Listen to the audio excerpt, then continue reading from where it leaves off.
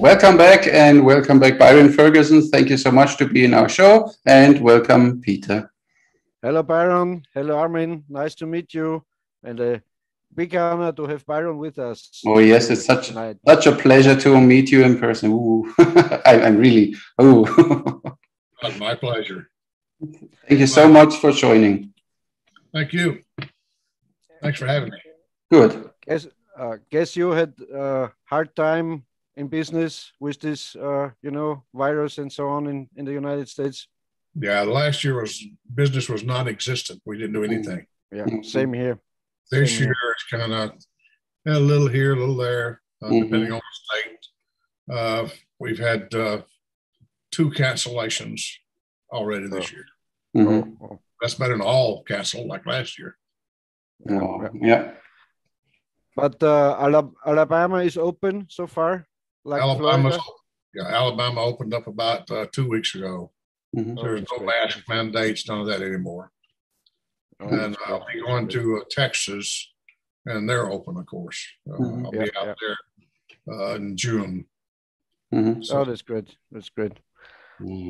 Florida was never closed. I saw, no? Florida, I say, was never closed. It was always open, no? I will be in Florida first before Texas. I'll be in Florida. I'll be after Texas. I go to Florida. Oh, that's nice. That's nice. That's nice. Yeah, and good Republican governors. Yeah. It depends on what governor rules in the states. I know. And if you can bribe them, or if he can deal with pressure. Today we have an honorable guest here, and we are a bit limited in time, so we should go into the topic, I think, if you agree. Okay. Otherwise, we're in trouble talking politics. Yeah. They may ban us from the internet or something. It's always damaging. Always cause damage. So we start. Byron, we want to ask you, or I want to ask you, how you, when you really got started in archery, at what age, and how you got into that idea to use a bow and an arrow to shoot with it. I got started in archery because of hunting whitetail deer. My father let me go with him hunting, and it was fascinating to me, the whitetail deer. They were almost a mystical animal, And then I found out that I could hunt them a whole month earlier with bow and arrow than with the gun. So I got into archery. That's when I was 10 years old. When I was 12 years old, I got a job as a brick mason's helper one summer to earn the money to buy my first bow. To that point, I was borrowing bows from relatives and neighbors. And then at 12, I bought my own bow. But it was a recurve bow, I read, right? So your first bow was then a recurve bow, your first own bow. The first bow was a Browning Wasp recurve bow. Oh, nice. The local Western Auto store, which is a general merchandise type store. And, okay. They made me pay for it in full up front before they would order it. What's the poundage of this bow? 55 pounds. Okay. You see? Something for men, yeah, of course. 12 euros and shooting a 55-pound bow. Oh, nice. I didn't say I could shoot it well. Yeah, okay. So something's changed then until nice. Okay. Good. Yes. So when you basically you went out hunting with that bow, and that was the cause for starting archery, because bow season is 1 month earlier than rifle season. That is correct. That's what got me into it. What got me started into the archery exhibition, actually earning money to shoot the bow and arrow. A friend of mine who ran an archery shop and I were looking at a piece of property in southern Alabama that we were considering renting for hunting with bow and arrow. And on the way back to the truck, there was a rattlesnake that was crawling across the road, a dirt road. And I pulled an arrow and shot the snake through the head. And thought I'd saved his life, because he was just tremendously afraid of snakes, and it was a poisonous snake. So anyway, Jimmy had Lakes Archery only about 2 miles from my home. So he invited me to come down and shoot the longbow for people at his jamboree that he would have 2 weeks prior to opening of bow season. Man, that'd be fun, sure. So I went down and shot the bow for the people, and actually had a good time doing it. Everybody had a good time watching, and I had a good time shooting. But there was one of the fellows there that was a representative of the archery industry. And he told everyone he saw that he came in contact with what he saw me do that Saturday. And before I know it, I'm getting a phone call from a guy up in Waukesha, Wisconsin, at Buck Rub Archery, asking me to come to Wisconsin to shoot the bow and arrow. And I'm thinking, that's all, from Alabama to Wisconsin is a long way. That's like a 12-hour drive by car. And I said, I don't know about this. And the guy finally told me, he said, if you will agree to do it, I will buy you and your wife round trip airfare. I'll put you up in a nice hotel, and I will pay you. Back up. You said you would give me money to shoot the bow and arrow? Yeah. Sign me up. I'll be there. Of course. Yeah, nice. Cool. That's how that all started. And in these days, you already shot the longbow. Yes. How you switched to the longbow? It's when I learned about a fellow Alabamian named Howard Hill. Oh, we heard about him. We know him. He only lives about 80 miles from me.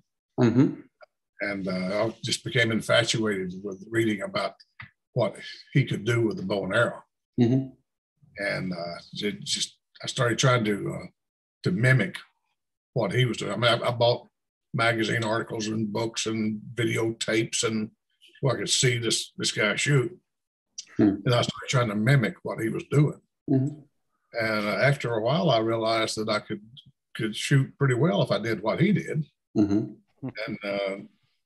then later, I was practicing, still trying to learn Mr. Hill's method that he calls split vision aiming.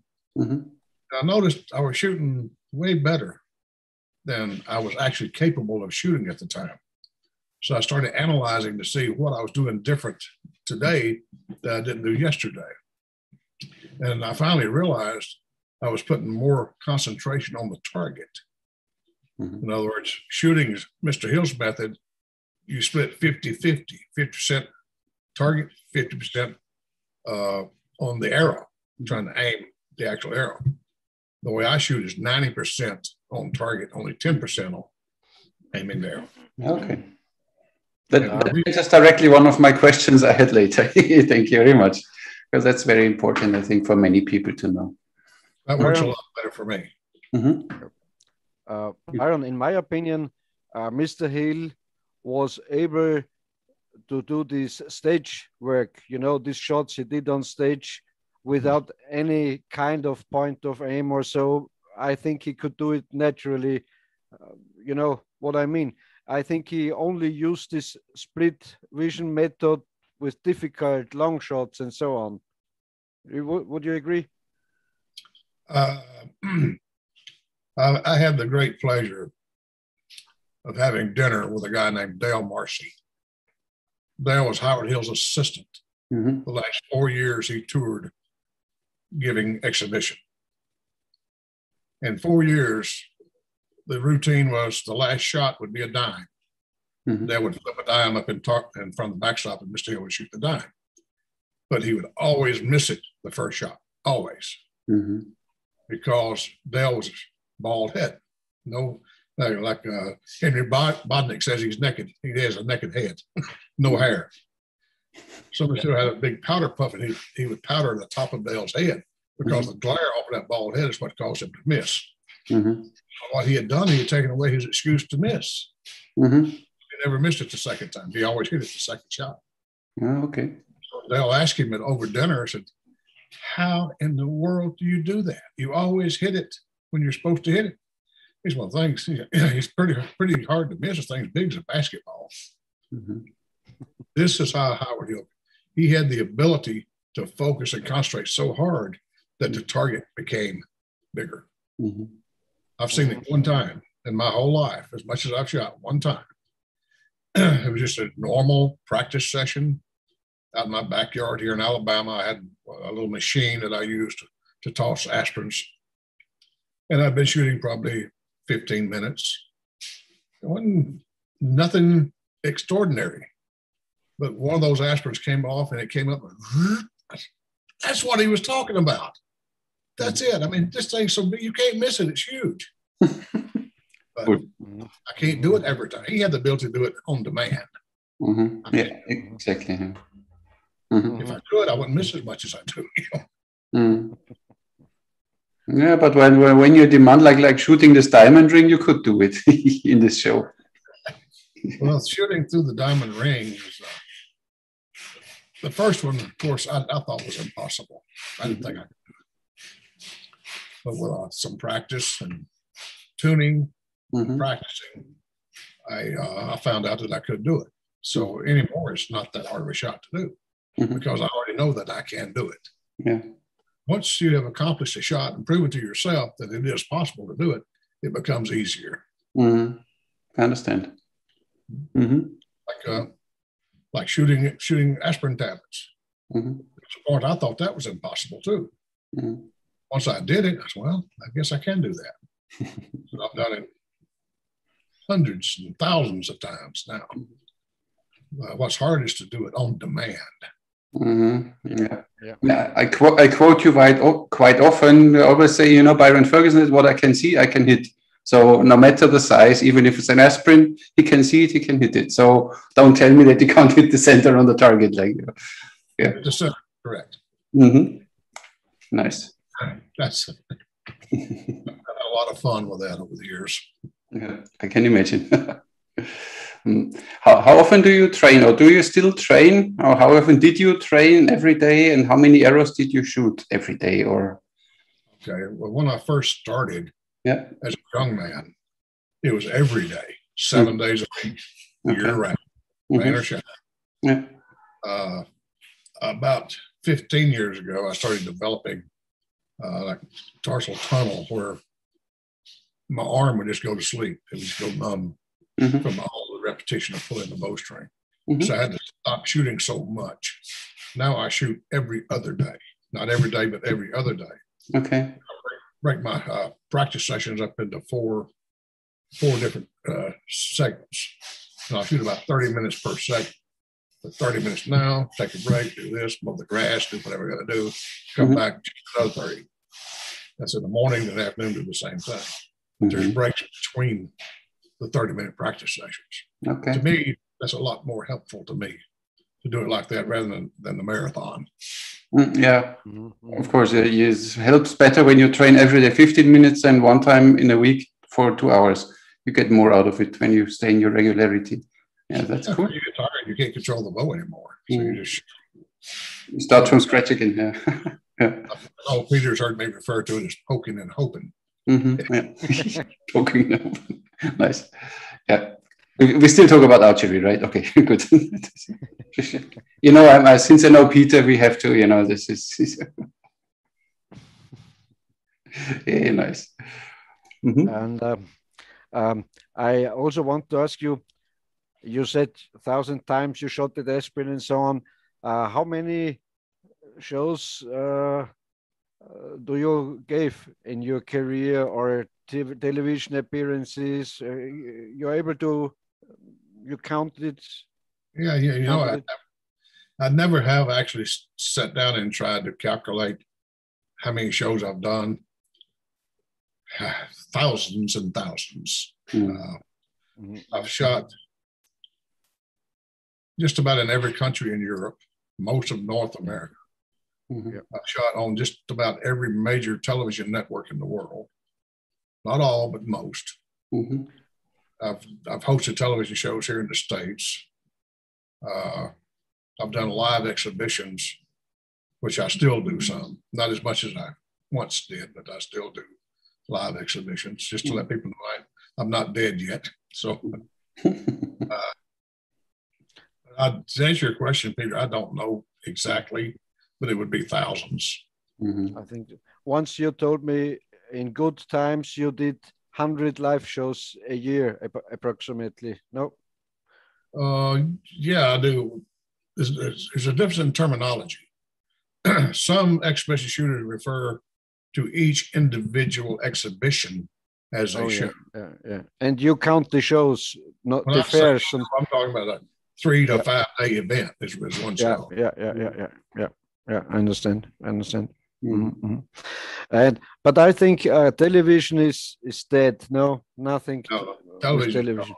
It's gone. Yeah. It's just the outdoor TV market is it's just pretty much dead. YouTube is way bigger than TV. Yeah. All the money goes into online business. Yeah. And another question. You also do archery lessons. You have an archery school at Mike Goodman's ranch, if it's still the same. Who was your most famous student there? Do you had some celebrities or? Well, we've had some celebrities, but my most famous student was not at the ranch, but I had to go to him. And that was Don Johnson, the actor, Miami Vice. Yeah, I went to his ranch in Colorado and worked with him out there. Nice. It didn't hurt to be on the 5,000 acre ranch that had elk and mule deer all over it. I went to ranch elk for a while. Don Johnson wanted to learn archery to hunt, not for a movie or so. No, it was because Don's best friend was Dickie Betts from the Allman Brothers Band, guitarist. Yeah. Who was also friend of your, one of my friends. So that's how that all came about. Don wanted to shoot the bow and arrow for he could be part of the group and hang out with us. Understand. Are you still out hunting at Mike's place? Some, not as much. I'm moved back here to Alabama now for most of my hunting. The only thing I'm interested in anymore is the whitetail deer. So I got burned out on traveling and trying to take animals to please other people. Now I take animals to please myself. Yeah. But Mike is doing well, yes? Yes, Mike is. Yes. I sent him best greets. If you see him, tell him, please. Okay, good. I don't know him, but best greetings from me too. He's a great guy. Obviously. I think they're well selected, your friends. I'll be seeing Mike in a couple of weeks, so or at least talking to him. So, Byron, so take one for me with Mike.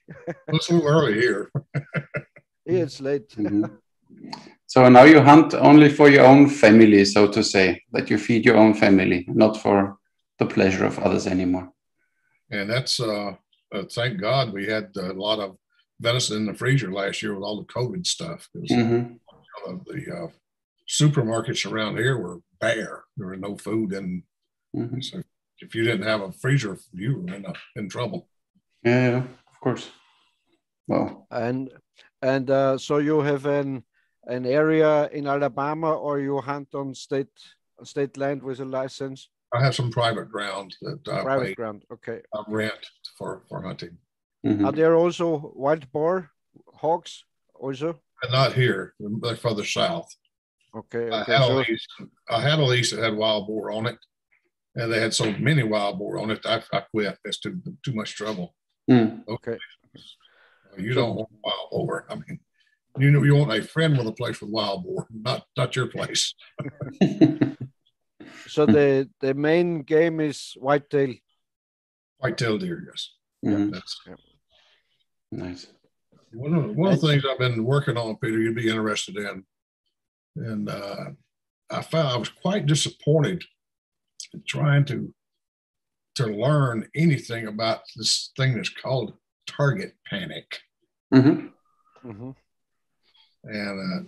it seemed like every time I would try to get something, some information, people were trying to sell me stuff. Well, pay this, buy this thing. You can't buy your way out of target panic. number one. But I was not being told the truth about it. I was being told that target panic was nothing more than the fear of missing. So therefore it was self-perpetuating. And that is part of it. But there's another part of it. It's both physical and mental. You have to treat both parts to overcome target panic. And to help the people that may be watching this, first, tune your equipment. This is important. You have to have full confidence in that the arrow will go to exactly where you have it aimed. So if you miss, it was not the equipment, it was you. Okay. Then number two, that's when you work on your part, whatever, the mental aspect of it. And the only way you're going to overcome a target panic is to blend everything back together. Okay. The equipment is perfect. Your form is good. You blend it back together. And I found to actually practice the shot is immensely important. In other words, before you shoot, I've always talked about visualization and how important that is in making the shot. But to actually practice a shot where you actually load the arrow on the string and draw the arrow back and then visualize what you're going to do next. Extremely important. I hope that will help the guys out there that's been fighting it like I have for the last few years. And you had trouble with it? You had trouble? Peter, this is the truth. You either have had target panic in the past and have beat it, you're currently struggling with it, or you will have it in the future. That's it. One day it will catch you. You are a good shot. You guys are good shots. You will experience it. 100%, no doubt. Okay. If you don't care, if you're not a good shot, you don't care, you'll never want to be a good shot. You're just going to play and fling arrows. You'll never have it. Only those that are good shots and are trying to get better will experience it. I always had the opinion it's also connected to a little overtraining, over-exercising, maybe shooting too much. You know what I mean? Yes, could be part of it, yes. In my case, what would happen to me is stationary targets, no problem. No problem. Aerial targets, as long as they're big, no problem. But when you start getting small, then we start having issues. And what I was doing when I would start my draw, I'd have the arrow level, but under the target. And when I would come up, my thumb would touch my anchor point and trigger the release. Okay? This is part of the physical aspect that I talked about. All I had to do was start with the nose of the arrow, the point of the arrow low, not flat, low, okay? And draw up into my release. And now my thumb never touches and it triggers. So as long as I swing it up like this, hit backer, everything's good. Okay. Interesting. Well. Yeah. So target panic. It's a lot of, I've called it a lot of different things, but interesting was one of them. Okay. So frustrating until you have actually experienced. And I know there's a lot of people watching this and have experience. You know what you're doing, but you do it anyway. You can't stop yourself. That's the mental side. Yeah. Interesting. And of course, your tip with the tackle is the basics. You have to be confident in your tackle. If you don't know everything is okay, you have not a keen mind, and so you can't hit. No, you're guessing. You're wondering what happened. What happened? Did I do that, or was it something else? You get to know everything. This is all good. Then you can actually correct it. Yeah. I mean, it's always very easy. I have some archers here, they shoot good, and one day they shoot bad. And I said, listen, give me your bow. I shoot 3 arrows. Now my spirit is in, now shoot again. And all of a sudden he shoots better because it's up there. It's not the bow. Mm. That's also why I always tell beginners not to use different and cheap arrows, because if you don't have really good arrows which are very the same and similar, you don't know why you miss and why you hit and so on. That's exactly correct. That's why Howard Hill's, one of his famous statements was, anyone can miss once. Mm-hmm. No one should ever miss twice. Exactly. Yep. So if you've got the right arrows, that's true. Mm-hmm. If your arrows are not matched and they're all over the book, then you miss and you don't know if it was you or the arrow. Mm-hmm. And you don't give your brain any chance to learn something from out of your shooting. Yeah. Correct. That's also because I tell beginners not to start with 3D archery ranges, courses, because it's the same thing. It's dark, it's sunny, it's uphill and downhill, and they don't know why they hit or why they miss. And so, in my opinion, to start with archery, you have to be on a plain field and with kind of clinical circumstances. I agree. Mm. Thank you. and start short distance until you shoot groups. That's at least our opinion here. That we. Yeah. I mean, when you have a public archery range, we start with 10 meters. They get relatively quickly there. When you explain how they point, most of them still aim over the arrow, shoot to high first. But when you hear it click in the brain and then they got it, then they point there and they shoot, and then it's fine, even 10 meters. But I would even go shorter distance. But you always have to find the balance when you have this business between entertainment and education. So that's why we 10 meters.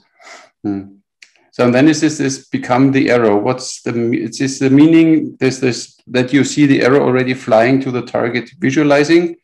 Is this become the arrow? Complete and total confidence in the arrow. It actually comes again from Mr. Howard Hill. Mm-hmm. Through the course of my career, I've met a lot of people that knew Howard Hill personally and hunted with him, shot with him, worked with him, different things.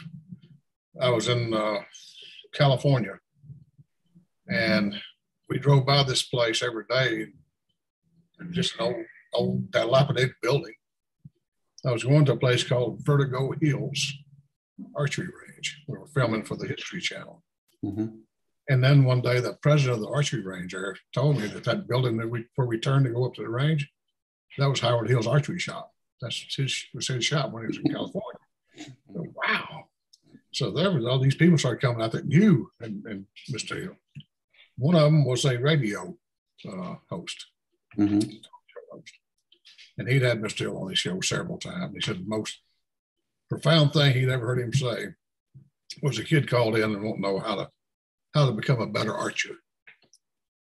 He said, well, if you want to be a good archer, practice and practice and practice until the bow becomes an extension of you to be a good archer. If you want to be a great archer, practice until the arrow becomes an extension of you. Mm-hmm. Become the arrow. Become the arrow. That's where that comes from. Okay. Because the bow is the launching vehicle. Yeah. Just a device. Yeah. Yeah. The arrow is the thing which hits, of course. Yeah. Mm-hmm. Doesn't take ammo, doesn't score points, just the arrow. Mm-hmm. Makes sense, yeah. Mm-hmm. Well, cool. Byron, you still offer and craft your Z-bows? The Z-bows, well, that comes from Zachary, my youngest son, is where Z-bow came from. And Zachary has since quit building the Z-bows, and he got a really good job. So he makes a great bow, nice bow. And I still build the bows. I don't call them Z-bows, but they're just the same bow, made in the same forms in the same shop. Mm-hmm. Yeah. Everything's exactly the same except what I write on them. Okay. Yeah. And once you said a good thing, because depending on takedown bows, because shipping today is so expensive, a longbow shipping. So Byron said, put this $100, so I don't know how much you charge, and buy a takedown bow So shipping is not expensive. It's cheap. It's just half price. You pay for the cost of the takedown with one shipment. Yeah. It's like one trip on an airline because they charge you $100 each way. Yeah. So it's not a bad idea. One trip, you got $200 in it. Wow. Look, Armin, what I have here. What's An arrow from Byron where he split the knock. Ooh, he did a Robin Hood. Yeah. We should not call it Robin Hood anymore. We should call it he did a Byron. He did a Byron Ferguson. One of many of my mistakes. Yeah. You see, it only counts if you try to do it. Exactly. This is what I always say. There's another archery range here in Malta, and they shoot. Then we only train with 3 arrows each round, and they shoot whatever 20, 30 arrows in one small target, and then hey, I have a Robin Hood. Said, yeah, that's not a big thing. When you have 2 arrows, you shoot the first in a target, and the second one hits the first one, then it's a real Robin Hood. Otherwise, accident. The first one has to be in the center of the target. Okay, yes, of course. If you hit it, then it's a Robin Hood. Yeah, there is only the center of the target. True, Mr. Byron. I think so. That's true. Of course. Nice. When it really gets hard to do the Robin Hood, it's when you have a TV camera on you. Yeah. Like 8 or 10 people standing around, twiddling their thumbs. Yeah. Okay, we're ready. Go ahead and hit it now. Come on. So this mental pressure is higher when you have on a TV show than when you go hunting. So you're more relaxed when you go hunting. So this adrenaline and doesn't affect you that much in hunting. How much experience you've had with it. Okay. When I first started, I called the TV camera a one-eyed monster. It's scared to death. Not so much anymore. But I found out these guys are just people like everybody else. Yep. Okay. In most cases, they have no idea if it's difficult or it's not difficult to hit. They just say, "Go on, do it," and so. Yeah, they have no idea exactly. I mean, I've had people.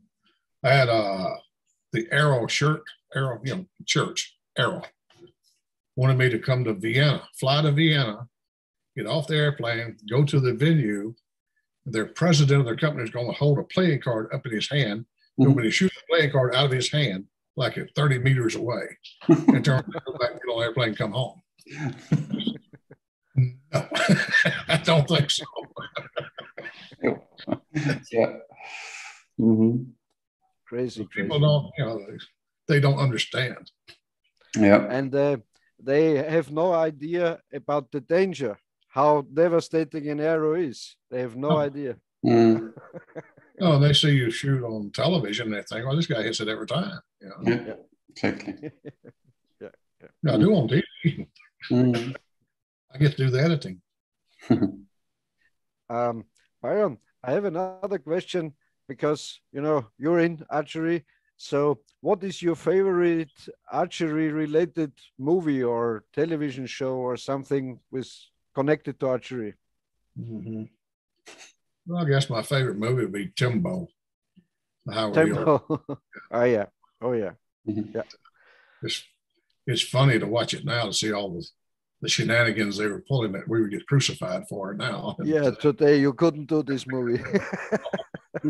Never. Some of the Kevin Costner's Robin Hood is a pretty good movie. Prince of Thieves. But from then on, the latest Robin Hood movies has just very little to do with archery. Yeah. And my favorite still is the old one with Errol Flynn, because it's like the fairy tale it should be. In my opinion, the Kevin Costner is making too much fun about, with the sheriff and the witch and so on. I really like this old one, and also because it's connected to Mr. Hill, because he did the shots. Great. But times change, and the audience is changing, and I don't know. These traditionalists they see this Green Arrow series or whatever. They forced me to watch it, and after 3 episodes, I had to stop because I can't bear this actor. And he was like, "You failure." Yeah, I was like, "Yeah, no, I don't watch this." But people like it. And on the other side, one has to see that even these modern movies like these Hunger Games, they brought us as an archery range owner a lot of business. Because all the girlies next day, all the girlies came, "Oh, I want to shoot like Katniss Everdeen." All the communists liked it. Yeah. Favorite TV show I've ever done was Stan Lee's Superhuman. Oh, okay. Oh yeah. I remember that, Mm-hmm. that one. Yeah. At the end of it, Stan Lee declared me to be the real Hawkeye. Yeah. Oh, okay. Obviously. Great episode. Badge of honor, you know. Mm-hmm. So I'm doing a show for a Boy Scout troop. Mm-hmm. And at the end of the show, we do a question and answer session. Mm-hmm. And one of the kids said, "Mr. Ferguson, is it true that you played Hawkeye in the movie?" I said, "No, son. I am Hawkeye." Oh, yeah. Yeah.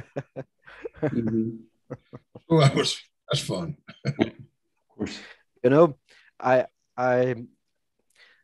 wonder when they start to ban lots of old movies, because last time I saw an old John Wayne movie, and he took the woman on his knees and spanked her ass because she was talking bad and crazy, and he spanked her ass and so on. So today you couldn't do movies like that. I wouldn't try that. No, I wouldn't try that one. No. Yeah, it gets difficult. Yeah, it's that people change or culture is changing.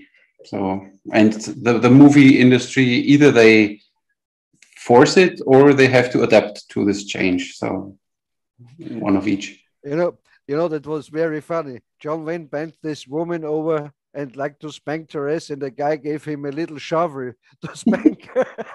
More fun. This is how I know it. When my mom put me over the knees, she used her cooking spoon for that. Yeah, especially painful. Yeah. Mm.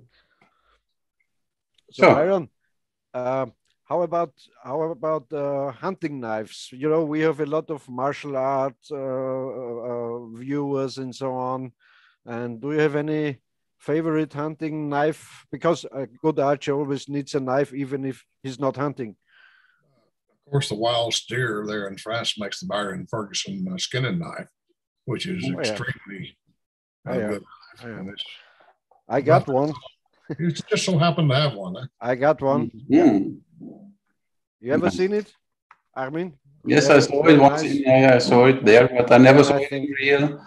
And here in Malta, you are not allowed to have a knife which is longer than, or the blade longer than this. So it's always a hassle here. Yeah. I mean, you can have it, but you can't carry it around. Byron, you don't know how happy you can be in the United States because of your arm laws and so on. Yeah, you're so restricted here. It's horrible. Yeah, I've encountered some of your in Holland, I think, where it was the worst, where you weren't even allowed to have sharpened arrowheads like broadheads. It's just crazy. Yeah. Like, what am I going to do? Go on a rampage and declare war on Holland with my bow? I mean, come on. Yeah, crazy. Yeah. Here in Malta, when you want to shoot a bow heavier than 60 pounds, you need to have a gun license. Otherwise, you don't get. So officially, you can't shoot it. No, it's so crazy. It's like it is. Byron, another question. Do you have one exciting bow hunting adventure or your most thrilling bow hunting situation? Because I know you're a big hunter, which is short to tell, a nice story. Well, it's one of my favorite memories would be a moose hunt up in Newfoundland, Canada, where I was invited to come up, and the province paid for my license, and Horace Lane at River Run Outfitters gave me the hunt. to come up and try to kill a moose with a bow and arrow. And the third day I was successful and got a bull moose with my bow, one shot, clean kill. And Wow. Horace then told me that they had 5 famous bow hunters from the States that they'd done the same thing for. That the province gave them their licenses and he had come to hunts. All 5 of them shot moose, none of them recovered them. If I had not recovered that moose, they were going to ban bow hunting in New. Oh. Well, thank you for not telling me till after I shot. He prevented you from buck fever. Exactly. Because he didn't tell it, no? That's so correct. You weren't nervous. We'd already recovered the moose before he said anything about it. So. But I was a hero. So, I mean, I went downtown and did radio interviews and newspaper interviews, and some of the older guys that was there at the grocery. They had a table where all the old guys hung out and drank coffee and smoked cigarettes and and I went in there and they was talking to Horace. I said, I understand there's a guy that shot a moose with a bow and arrow. Hey, he said, yeah, this is him right here. And oh boy, I was the king of the table for a little while. Nice. Yeah. Great. Yeah. So they still bow hunt moose there because you got that one. You can bow hunt there. Good job. They wanted me to help write the regulations of what equipment would be required, but after I said the first thing is you have a Byron Ferguson longbow, and they can't do that. Yeah, really. What most people don't know, Byron is not just a good archer; he's also a good businessman. Of course. Nice. Nice story. What would you tell? A question from my side because my channel is more for the starters or beginners in archery. What would your advice be for someone who wants to start now, has no idea, or watched a movie and so, I want to start with archery? What would your advice, your favorite words for him? Number one, do not get a bow that's too heavy for you. Make sure the bow is easy for you to control. Yeah. You should be able to hold it for about 15, 20 seconds at least without starting to shake. Then, as far as shooting, like Peter's already mentioned, get good arrows. Don't go down to Walmart and get them out of a 5-gallon bucket. Get good arrows. And then, as far as the shooting aspects, there's 2 main things to remember. Number one, draw the string until the elbow is back in line with the target. Number 2, hold the bow on target until the arrow hits. Do those 2 things, you eliminate right and left misses. All you have to worry about is your burden. Yeah. Perfect. Very simple. Sounds very simple. Thank you very much. It is simple, but it's a way to go. Yeah. Yeah. The problem, or what I experienced, that people here have no idea of their own body. So you tell them, listen, your shoulder is up over the, no, it's not. And you push it. Oh, this is my shoulder down. Okay, now I understand. So they have, or I think it's a common thing that simply this body awareness is a little, or gotten lost a little. So they have a little trouble with this. But yeah, interesting. Yeah. It's hard for any of us to see our own body. You know? Yeah. I've actually asked guys to videotape themselves shooting. Yeah. We said this in the last show. It's very, very helpful to videotape yourself. Yeah. Very good. Thank you for your famous words. Yeah. Nice. I see Mrs. Wanda is busy in the background.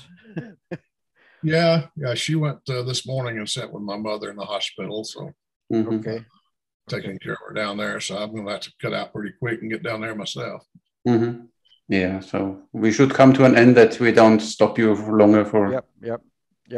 Even if it's a pleasure and nice to have you here, and I think we could talk the whole night, but at least here it's almost night. You're not, of course, it's a little early for you. Yeah. But of course, we should come to an end and that you can go to the hospital. I really appreciate that you were here. Yes. You talked to us. My pleasure. Again.